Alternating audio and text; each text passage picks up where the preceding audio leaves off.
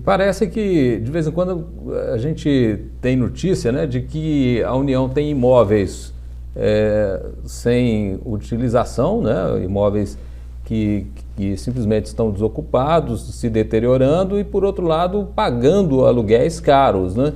Esse tipo de realidade vocês conseguiram enfrentar de alguma forma aí, amenizar um pouco esse problema?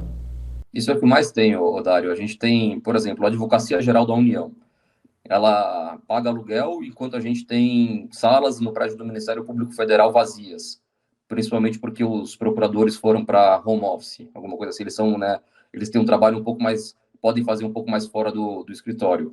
Então a gente começou a fazer um programa chamado Racionaliza e Unifica. É uma portaria interna que a gente criou. Uma portaria nada mais é do que um normativo interno, aonde a gente falou, ó, vamos ver quanto que a gente paga de aluguel, o que a gente tem de metro quadrado ocioso nos mais diversos órgãos públicos, então entra Ministério Público, entra a Controladoria Geral da União, entra a Fazenda, a Receita Federal, entra tudo. Então a gente fez um estoque, um panorama geral, e começamos a realocar para poder entregar esses imóveis que a gente alugava, porque de fato a União gasta muito dinheiro com aluguéis, com despesas de custeio desses imóveis alugados, sendo que a gente tem muito metro quadrado ocioso. Não foi muito legal, né? Todo mundo queria ficar onde estava, como todo ser humano é um pouco assim resistente às mudanças no curto prazo, mas o programa Racionalize e Unifica que a gente criou deu muito certo e está caminhando aí para que a gente não tenha mais aluguéis sendo pagos. E em termos assim numéricos, você conseguiu apurar algum balanço em termos de arrecadação, de economia para os cofres públicos, de imóveis que foram desestatizados? Você chegou a fazer esse levantamento aí dessa sua atividade? Até hoje, a gente já vendeu, acho que 1,5 bi de imóveis. Pegamos aí a pandemia. Quando a gente. O que acontece?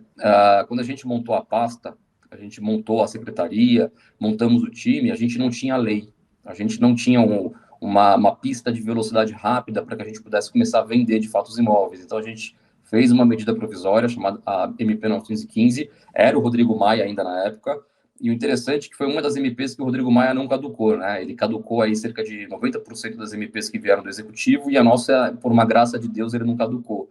E aí ela foi votada tanto Câmara quanto Senado, virou a Lei 14.011 de 2020. Então ela foi aprovada no começo de 2020.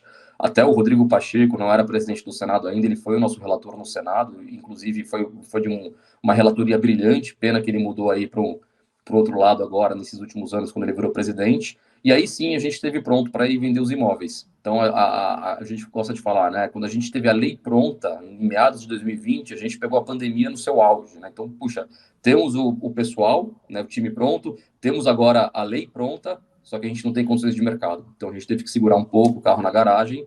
Mesmo assim, a gente conseguiu vender alguns imóveis ou outros na pandemia que já eram de muito interesse da iniciativa privada, imóveis que o empresariado já avisava há um bom tempo, que a gente conseguiu passar para a mão deles. E aí depois, quando a pandemia acabou, a gente voltou a acelerar. Então hoje eu acredito que a gente tem entre 1,5 ou 2 bilhões de reais de imóveis vendidos e aproximadamente 100 milhões de reais de aluguéis economizados, trazendo outros órgãos públicos para órgãos públicos que tenham espaço, um metro quadrado disponível para eles.